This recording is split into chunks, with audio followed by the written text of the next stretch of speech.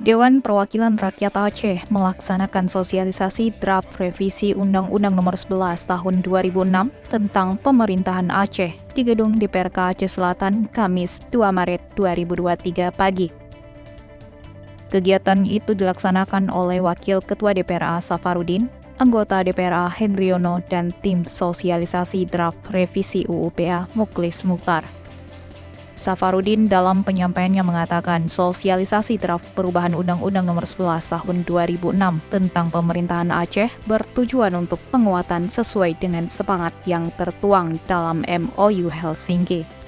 Ia mengatakan sosialisasi itu juga bertujuan untuk menampung aspirasi masyarakat terkait revisi Undang-Undang Pemerintahan Aceh. Sementara itu, tim sosialisasi draft revisi UU-PA Mukhlis Mukhtar menjelaskan ada beberapa pasal yang telah jelas dan seharusnya tidak ada lagi perdebatan untuk dimunculkan dalam UU-PA. Seperti pasal 269 ayat 1 yang menyebutkan bahwa aturan umum tetap berlaku di Aceh sejauh tidak diatur khusus dalam UU-PA. Kegiatan tersebut turut dihadiri oleh Forkopimda Aceh Selatan, anggota DPRK, ketua partai politik, dan tokoh masyarakat.